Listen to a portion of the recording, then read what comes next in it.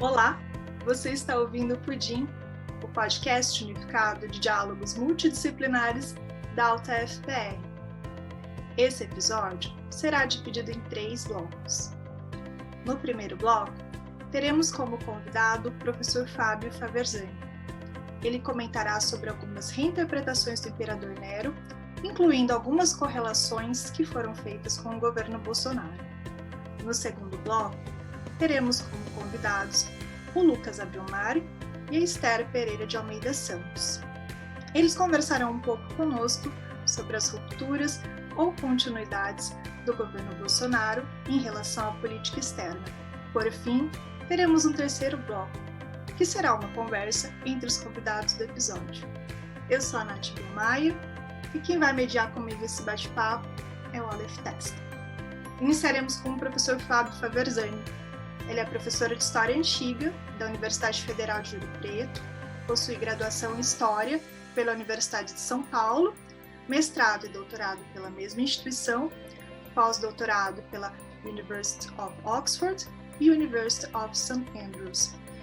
E claro, não podemos deixar de mencionar o Fritz, o cachorro que pertence ao professor Fábio. Ele com certeza vai querer fazer uma participação especial. Obrigada, professor Fábio, por ter aceito nosso convite na sua agenda tão corrida, ter arrumado esse tempinho para vir conversar um pouquinho com a gente. E a palavra é sua.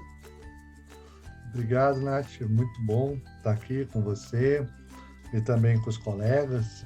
Estou ansioso aqui para ouvi-los, porque eles são de outra área, né? E a gente da história da antiguidade gosta muito desse diálogo transdisciplinar, de ouvir os colegas que trabalham com outras temporalidades, com outras disciplinas, têm olhares novos e podem nos inspirar aí a estudar a antiguidade de uma maneira diferente.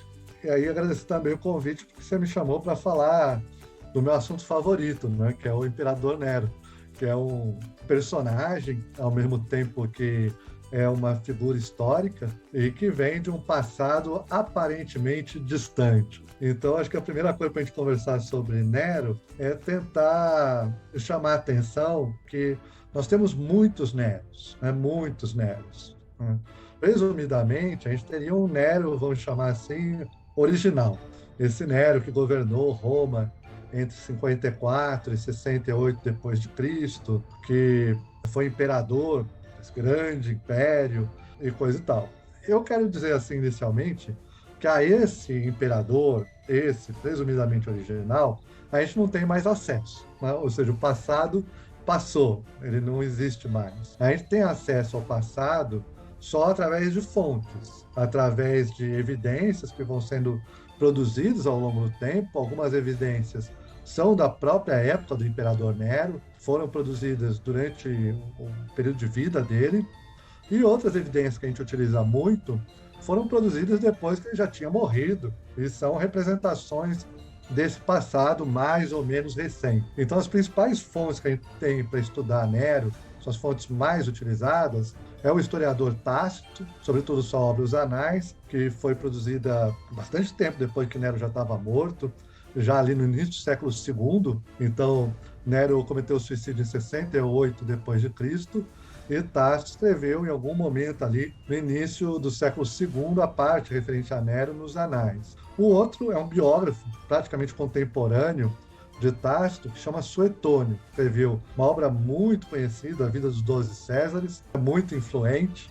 Boa parte das visões que se tem de Nero, inclusive nas artes, por exemplo, decorrem dessa obra do biógrafo, Suetônio, que também escreveu ali pelo início do século II depois de Cristo. Ambos produziram suas obras em latim, nesse ambiente de Roma. Uma terceira obra bastante utilizada para pensar quem foi Nero, suas ações, né, suas intenções, que já é mais difícil, é um autor chamado John Cassio. Né? John Cassio é um autor de língua grega. Então ele está já num ambiente cultural um pouco diferente. Ele também produziu uma história. Essa história é uma história imensa de Roma, e foi produzida no século III.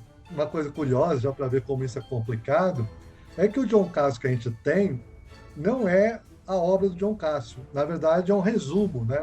um epitome, como a gente chama. É um epitomador, o principal deles, tem mais de um, o principal dele é o Felino, que ele é de ambiente já bizantino, né? No século XII, possivelmente, depois de Cristo. Então, ele escreveu no século III, mas a obra é transmitida através do século XII, depois de Cristo. Todas essas obras foram transmitidas através de cópias. Então, os textos vão sendo copiados, recopiados, etc. Né? Então, a parte da documentação é a tradição textual, que é muito ampla sobre Nero. Outra parte da documentação para a gente saber sobre Nero é a documentação arqueológica. Aí temos moedas, temos inscrições, tem uma variedade enorme de fontes sobre Nero a nos iluminar sobre esse período. E todas essas fontes também são produzidas a partir tanto das escavações arqueológicas quanto da produção de catálogos, exposições. Nero até agora vai ser, possivelmente em breve, né? A gente não sabe mais nada, mas está programada uma exposição sobre Nero no Museu Britânico. Então, obviamente que essa documentação arqueológica é produzida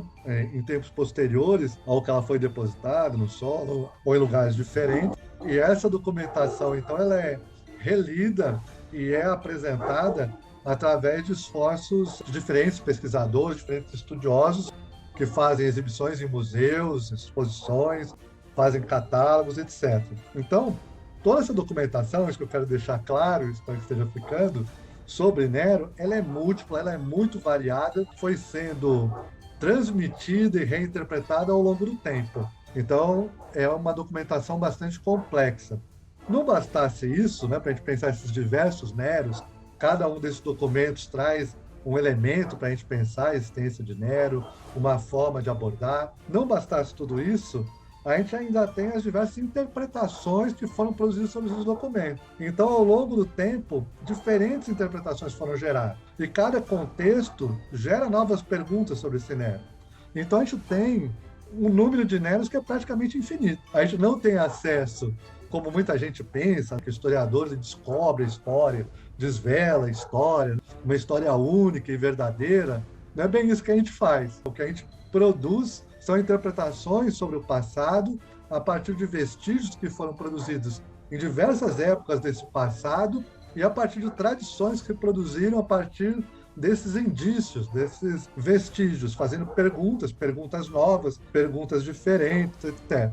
Então, o historiador, ele tem grande capacidade, aí eu diria enorme capacidade, de dizer o que é falso, né? O que não aconteceu no passado, interpretações que a gente não pode aceitar porque não tem base, nem na documentação, nem nos métodos, nem nas teorias que a gente utiliza para estudar o passado. Então, ainda que a gente não possa dizer ou afirmar através da história uma verdade única e que se estabelece e acabou, o historiador tem toda a capacidade, pode fazer isso, para dizer o que não aconteceu. E interpretações que não são legítimas não podem ser sustentadas à luz da documentação. Então, a história, obviamente, tem uma contribuição relevante para pensar o passado e pensar essas interpretações sobre o passado. Nero, por exemplo, na sua própria época, foi elogiado por ter instituído a paz. Isso está, sobretudo, numa fonte que é Lucano, que é um poeta da época de Nero, escreveu um poema e ali tem um elogio bastante importante a Nero por ele ter estabelecido a paz,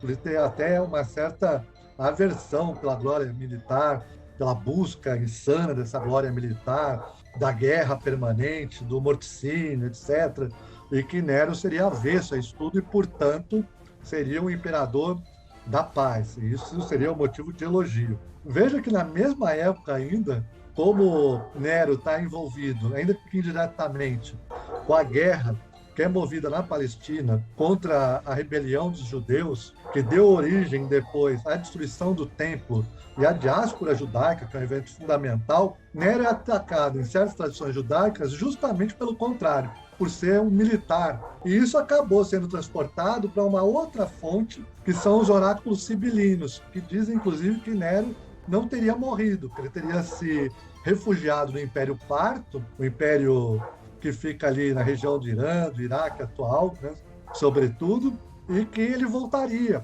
como um grande militar que destruiria não só o Império Romano, mas o mundo todo, seria o Apocalipse. Então Nero, mesmo nas fontes da sua própria época, ele é tanto elogiado quanto criticado por se abster de fazer guerra. Então tem fontes que dizem que ele só liga para a arte, que ele é um imperador relapso, e ele também é criticado por guerra que nem fez, coitado. Então essa conjunção de imagens de Nero acaba criando uma coisa que para mim é fundamental e que eu chamo de repertório. Então a gente tem vários Neros e cada um desses Neros pode ser acionado dentro de uma circunstância diferente de acordo com os interesses das pessoas. Então Nero pode ser tanto um homem que tem aversão à guerra, isso é bom, quanto pode ser um homem que tem aversão à guerra, isso é ruim, porque só dá atenção à arte, não dá atenção à defesa do território, etc. Quanto pode ser um homem que se envolve com guerra, mesmo sem ele ter se envolvido, porque o imperador romano era, por excelência, né, o comandante das tropas, e daí é atribuído a ele, inclusive, uma destruição que ele jamais cometeu. A mesma coisa ocorre quando a gente pensa numa outra esfera, que é um outro elemento de repertório importante de Nero, que é o Nero matricida. Todo mundo sabe que Nero matou sua mãe. Na verdade, ele mandou matar. Faz pouca diferença, mas é uma diferença. Na época de Nero mesmo, isso foi elogiado. Todo mundo achou bom, porque se criou uma imagem de que a mãe de Nero, Agripina, menor, ela era muito ambiciosa. Ela queria tomar o poder a qualquer custo. Então, a Agripina, através dessa desmedida, né, dessa híbris, ela buscava o poder a qualquer custo, ela tinha que ser detida. E não havia o que pudesse deter aquela mulher, que era irmã do imperador anterior, que era Caio, mais conhecido para a gente como Calígula, pelo seu apelido. Ela era esposa do imperador que o sucedeu, Cláudio, né, que era o pai adotivo de Nero, e agora mãe de Nero. Então é uma mulher que sempre teve muito poder, de fato, e que sempre esteve bem próxima dessas esferas de poder, apesar de ter sido exilada aí em algum momento sob o principado de Calígula e depois retornando sob Cláudio já. A única coisa que podia parar Agripina era, de fato, a morte. Então, Nero recebe elogios na época, acho que pouca gente sabe disso, de diversas instituições, inclusive do Senado. É rendida glória aos deuses pelo assassinato de Agripina, porque isso acabou com uma fonte de tumulto, de divisão no Império, que poderia, inclusive, conduzir a Guerra Civil. O que os romanos temiam muito é o retorno à Guerra Civil. Então, o assassinato da Agripina, no momento que ele ocorreu, na época que ele ocorreu, foi motivo de elogio, né? Todo mundo achou bom. Depois as pessoas mudaram de ideia. Daí começou a se criticar Nero como um homem insensível, etc. A ideia que ele matou a mãe vai permanecer no tempo. Mas o que isso significa mudou ao longo do tempo. E isso vai gerando composições no tempo, misturas de coisas. Então a ideia que Nero, por exemplo, teria cometido incesto com a mãe está vinculado com a ideia de Calígula teria cometido incesto com as suas irmãs. Tanto uma coisa quanto a outra são notícias que são dadas muito tardiamente nas fontes. Na época mesmo ninguém falava disso, só depois. Mas isso compõe, obviamente, a imagem desses imperadores. A mesma coisa para o Nero, para pegar mais um elemento de repertório muito importante para o governo de Nero, é o Nero perseguidor de cristãos. Na época do incêndio de Roma, em 64 depois de Cristo, Nero toma, de fato, os cristãos como um bode expiatório. O relato de Tácito, por exemplo, dá a medida dessa punição muito dura, pune os cristãos muito duramente, o que causou uma certa repulsa, não por ter punido os cristãos, mas pela dureza da punição, pelo rigor dessa punição que pareceu excessiva. Isso gerou uma tradição enorme posterior, não pela simples perseguição aos cristãos, mas porque os cristãos, ao longo do tempo, se tornaram muito importantes. Na época que Nero perseguiu os cristãos e puniu os cristãos não eram importantes, não tinham uma grande relevância. Mas Nero foi tomado por essa tradição como o primeiro intolerante ao cristianismo, o primeiro que não teve a postura elevada de aceitar essa nova religião no ambiente do Império. E outros sucederam e que também geraram perseguição aos cristãos. Então, Nero se torna o primeiro perseguidor de cristãos e, portanto, um modelo de mau governante que não tinha nenhuma tolerância religiosa. É curioso porque, à época, a visão predominante não combinava com essa que depois se construiu. Na época, o entendimento mais comum era que os cristãos, eles sim que eram intolerantes, por pegarem que havia um único Deus. Então, eles não aceitavam as outras divindades. As outras divindades eram amplamente aceitadas em diferentes áreas do Império. Isso que transformou a religião cristã em religio illicta, né? Em uma religião ilícita. A ideia de que os cristãos não aceitavam outras religiões. Então, eles é que eram intolerantes. E depois, a versão que predominou é que havia intolerância com o cristianismo. Então, esses eventos, ao longo do tempo, o entendimento deles, conforme as forças que estão em conflito, etc., eles vão mudando. As coisas elas vão ganhando novas versões, novas ideias. Mas, de uma forma ou de outra, há uma certa permanência desses elementos. Em alguns casos, esses eventos se reforçam, em outros casos, eles se complementam. A ideia da loucura imperial, por exemplo, de Nero, é complementada, né? O excesso militar, o matricida, o artista, perseguidor de cristãos, incendiário. Isso tudo gera um conjunto de imagens de Nero que complementam e criam a ideia de que ele é um louco assassino. Outros elementos vão simplesmente se apagando ao longo do tempo. Então, que Nero foi um bom imperador, por exemplo. Isso aparece em fontes de variadas, até o século IV, uma ideia muito influente do chamado Quinquennium Neronis, né? Que teria sido uma frase do imperador Trajano, que viveu no século II depois de Cristo. Então, no segundo depois de Cristo, o imperador Trajano teria dito que Nero foi o melhor dos imperadores por 5 anos, depois é que ficou ruim. Então, tem esse elogio lá. Essas ideias de que Nero teria produzido um bom período de governo, ao longo do tempo, por exemplo, vão se desaparecendo simplesmente. Ao longo do tempo, esse repertório vai se tornando mais rico e muito maleável, inclusive permitindo que se misturem cronologias, eventos ocorridos em diferentes épocas, para construir o Nero mais eloquente, que chame mais atenção, que tenha maior dramaticidade. Isso foi muito feito nas artes, né? Na literatura, no cinema. Por exemplo, Covardes, aquele filme famoso, estrelado pelo Peter Ustinov, não sei se você já assistiu, de 1951, é um filmaço, adoro. Tem Nero lá, ele vai e queima Roma, e ele aparece na casa dele, na Domus Aurea, tocando lira enquanto a cidade pega fogo, né? Essa é claramente uma criação posterior de maior dramaticidade. Nero não estava em Roma na época do incêndio de Roma, ele estava na Campânia, distante, bastante distante. Ele vem depois para a cidade para socorrer as vítimas do incêndio. Eles são socorridos, inclusive, em terrenos do próprio imperador, que ele apoia essas vítimas, tenta reconstruir a cidade. Isso tudo foi apagado. Mas a imagem que fica é aquela do Covardes, do Peter Ustinov, do poeta não se importando com o incêndio de Roma. A gente pegar um grande autor nosso, Monteiro Lobato, ele também colocou a turma do sítio do Pica-Pau Amarelo em Roma. Não sei se vocês conhecem esse episódio, mas através de um procedimento mágico, a turma do sítio do Pica-Pau Amarelo vai a Roma e chega justo na época de Nero, claro. Quando eles chegam lá, é perguntado a eles se eles são cristãos. Eles dizem que sim, que são cristãos. Imediatamente, então, eles são jogados na arena, aos leões. A arena, no caso, é o Coliseu. Então, a turma do sítio do Pica-Pau Amarelo é jogada no Coliseu aos leões. Ora, veja, o Coliseu não existia nessa época de Nero. O Coliseu ele foi construído depois. Na dinastia posterior, dinastia Flávia, a abertura do Coliseu é dada sob Tito, que está ali, quinto imperador depois de Nero. Então, não existia Coliseu para jogar os cristãos. E os cristãos não foram punidos assim por Nero. O Nero os empalou, colocou ao longo da via e incendiou seus corpos, uma punição muito dura.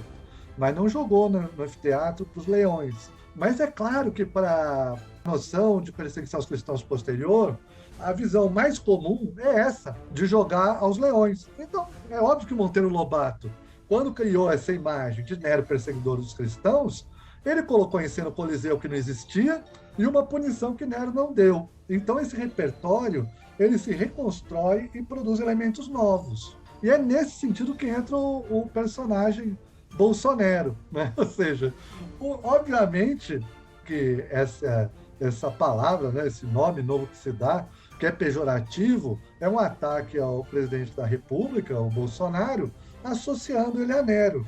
Por que se associa a ele? Por várias razões. A primeira associação que aparece é vinculada ao fato de, depois que Bolsonaro ganhou a eleição, em vez de ele buscar pacificar o país, unir o país, etc., ele, na verdade, aprofundou essas divisões.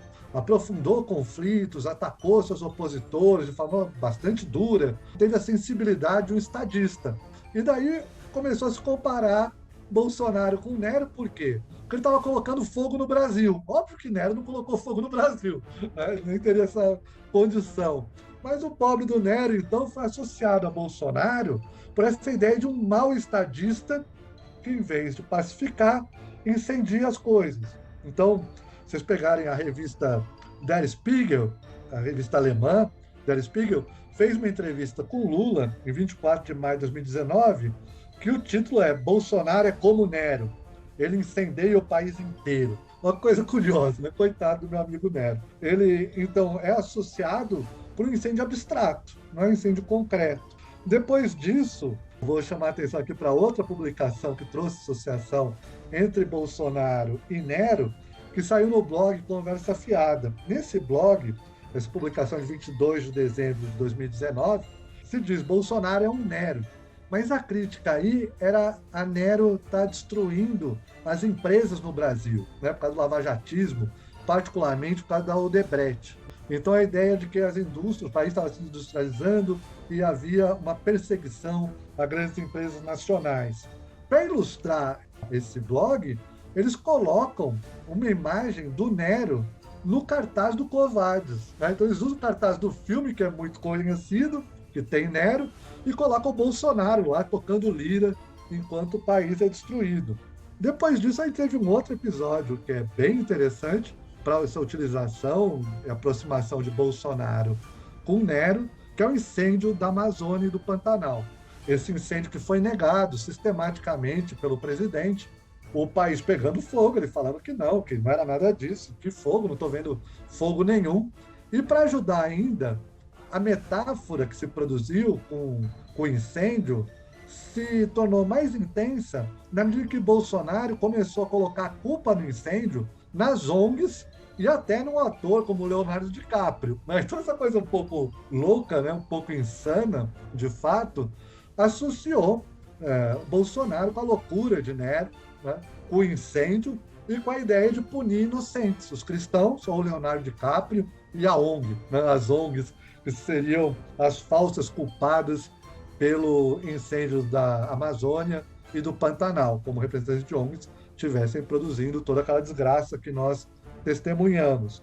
E para completar essa associação entre Bolsonaro e Nero, o último grande ponto é esse mais recente, em que ainda estamos, que é a pandemia. O negacionismo de Bolsonaro em relação à ciência, em relação à necessidade de cuidados, em relação a estarmos vivendo uma catástrofe, fez com que o Bolsonaro fosse associado a Nero de novo, por sua loucura, por sua incapacidade de gerir uma crise, por tentar se beneficiar dessa crise, tentar tirar vantagem daquilo, por arrumar bodes expiatórios de toda espécie, os chineses e sei lá mais quem, que seriam culpados por um mal que, em larga medida, acaba sendo de responsabilidade dele próprio, né? Ou seja, na medida em que ele não toma as medidas necessárias, não exerce a coordenação que tem que exercer da crise, não produz soluções para um problema que ele nega existir, que é a gripezinha, etc., apresenta falsas soluções, cloroquina, etc.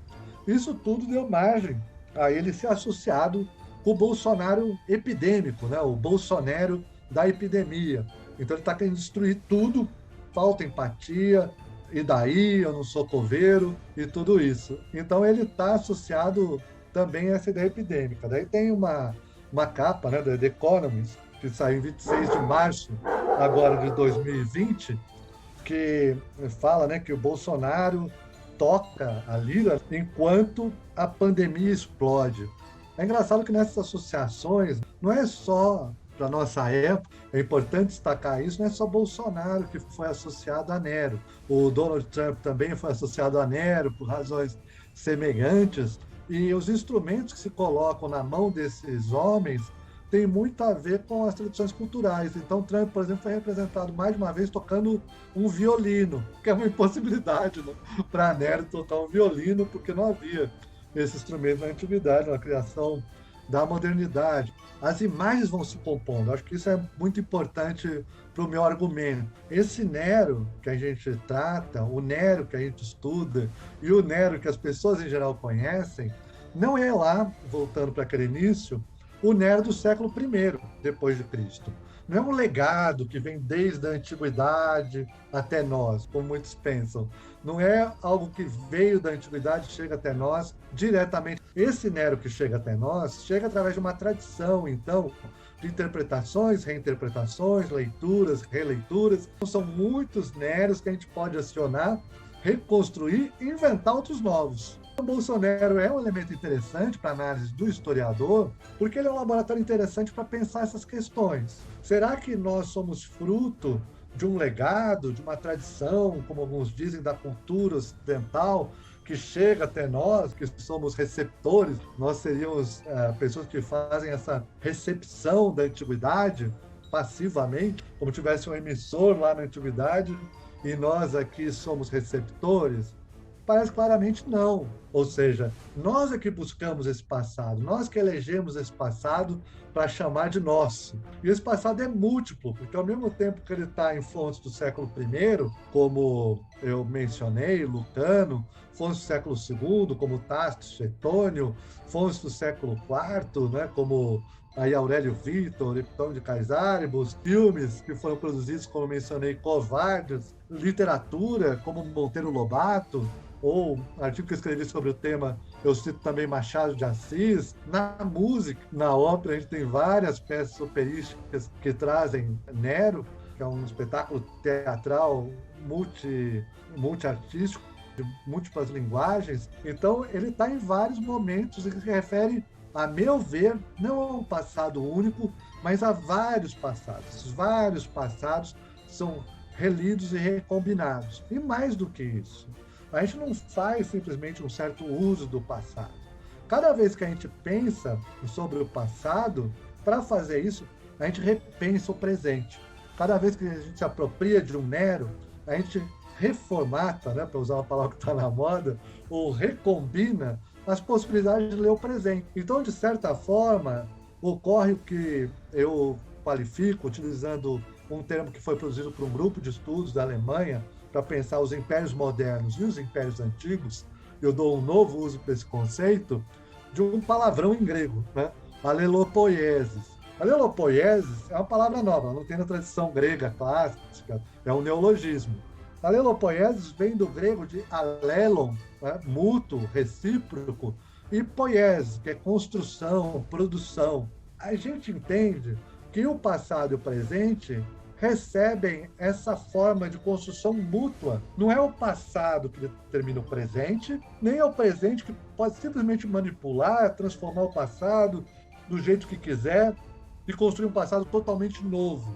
Não é o passado que determina o presente, porque essa relação não é direta e ela é feita através da interpretação, da construção das fontes, da valorização de certas fontes. E também não é o presente que determina o passado como quiser, porque ele depende dessa tradição. Eu até sempre brinco que quando eu me aposentar, cada vez fica mais longe, né? Cada vez que eu vou chegando tem uma reforma, mas eu torço para eu poder aposentar.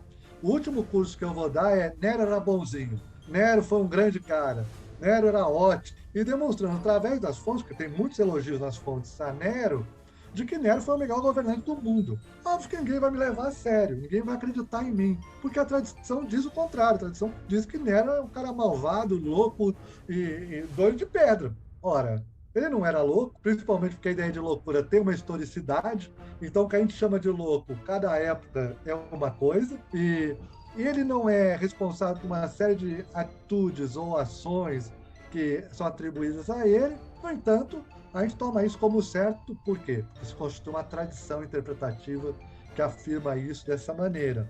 Isso ocorre com vários outros personagens. Tiradentes, por exemplo, eu estou aqui em Minas, estou aqui na região de Mariana, de Ouro Preto, Tiradentes é muito importante, a gente vai ver a figura de Tiradentes, tal como ela é representada, as pessoas reconhecem, muito associada à figura de Jesus Cristo. Aquele homem com aquela veste branca, sem barba, cabelos mais longos, parecendo um Jesus na forca. Não é um Jesus na cruz, não. É um Jesus na forca. Isso tudo é, obviamente, uma construção que se produziu para associar a figura de Tiradentes com uma série de outros símbolos que tivessem uma maior dramaticidade na representação do martírio, do sacrifício desse mártir, chamado mártir, da independência, né? Sendo que não é exatamente nada disso. Então, esse tipo de procedimento, esse tipo de construto, não ocorre só com Nero, mas com diversos outros personagens ou fatos ditos históricos. Então, acho que a ideia de alelopoiesis ajuda a gente a perceber que a construção da memória ela se dá através de múltiplas temporalidades, conflitos, tentativa de impor certas visões de mundo em detrimento de outras, e nessas disputas, então, nós vamos produzindo elementos e figuras que nos dizem respeito e são muito próximos. Quem fala assim, a antiguidade é muito distante de nós, como assim distante? Ela está próxima porque ela é reaproximada o tempo todo. Quando a gente pega aqui a bandeira de Minas, aquela legenda, libertas quais seratamen, é um verso de Virgílio, um autor, um poeta ali no início do Império Romano, e que é tão próximo da gente. Então, toda essa tradição clássica ela é todo tempo retomada, relida, transformada, o que faz com que ela seja muito próxima de nós. Quem diz que a história antiga é uma história europeia, que não é nossa história, sinceramente, eu acho que não sabe o que está falando. A nossa história ela foi constituída a partir de múltiplas matrizes inclusive europeias, claro, mas o que era o Império Romano? Era a conexão de diversas tradições. Então, o cristianismo, por exemplo, se transforma dentro da Igreja Católica Apostólica Romana, está lá no Vaticano, etc., mas ela não surgiu na Europa. E é uma religião que se limite à Europa. Então, essa ideia de que a antiguidade e muita coisa é europeia não vem da antiguidade, vem da construção dos impérios coloniais, do imperialismo capitalista moderno. Então, se a gente quer fazer uma crítica consequente e bem profunda ao eurocentrismo, a gente tem que estudar a antiguidade exatamente para ver como essas matrizes foram construídas e como a gente pode construir novas leituras.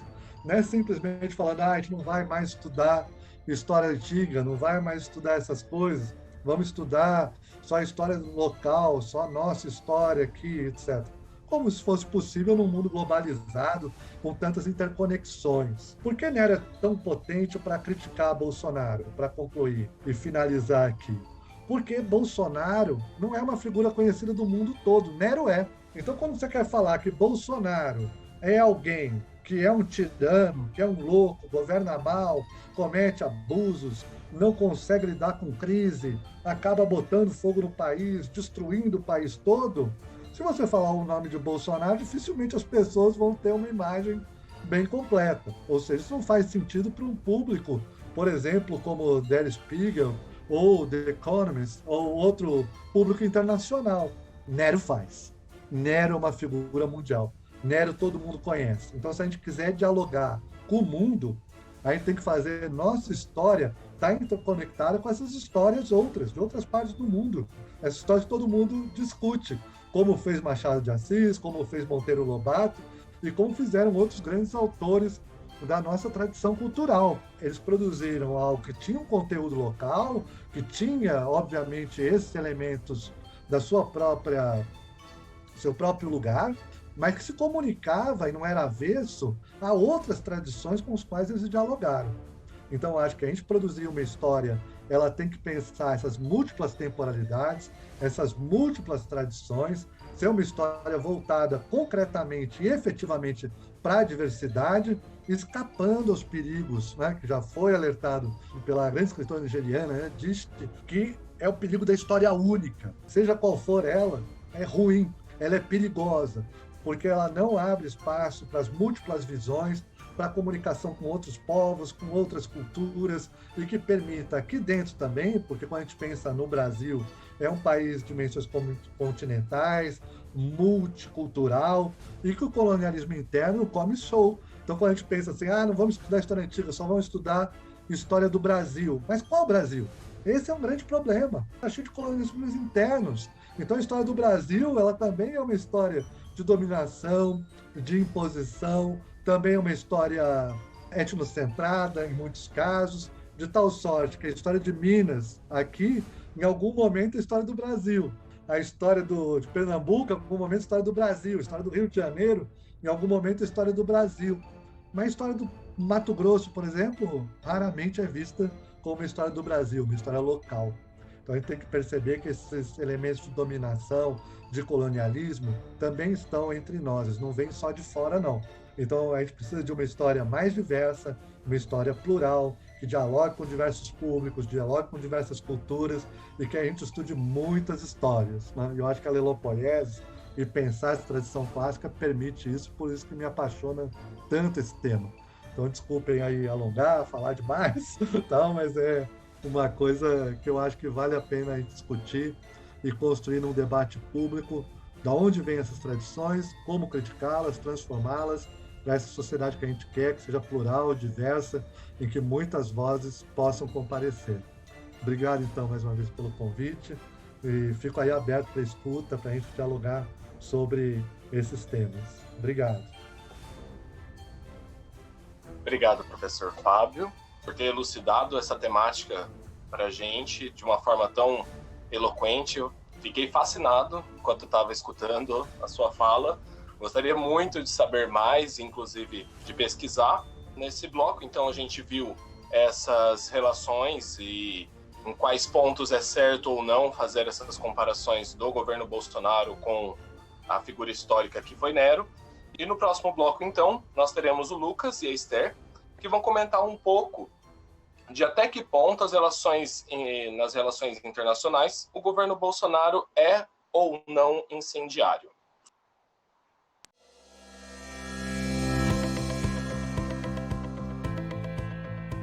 Esse foi um episódio do Pudim, o podcast unificado de diálogos multidisciplinares, um projeto de extensão da UTF-PR, editado por Nath Belmaia. Músicas utilizadas: Brighten Your Day, do Mix Sound, disponível em free-stock-music.com. It's Playtime, de Miu, disponível em soundcloud.com/MYUU. Ukulele and Piano, de Maxcom Music, disponível em maxcommusic.com. Para saber mais informações sobre o projeto desse podcast, visite o nosso site pudim.cp.utfpr.edu.br. Não deixe de conferir a segunda e a terceira parte desse episódio com os demais convidados. Até a próxima!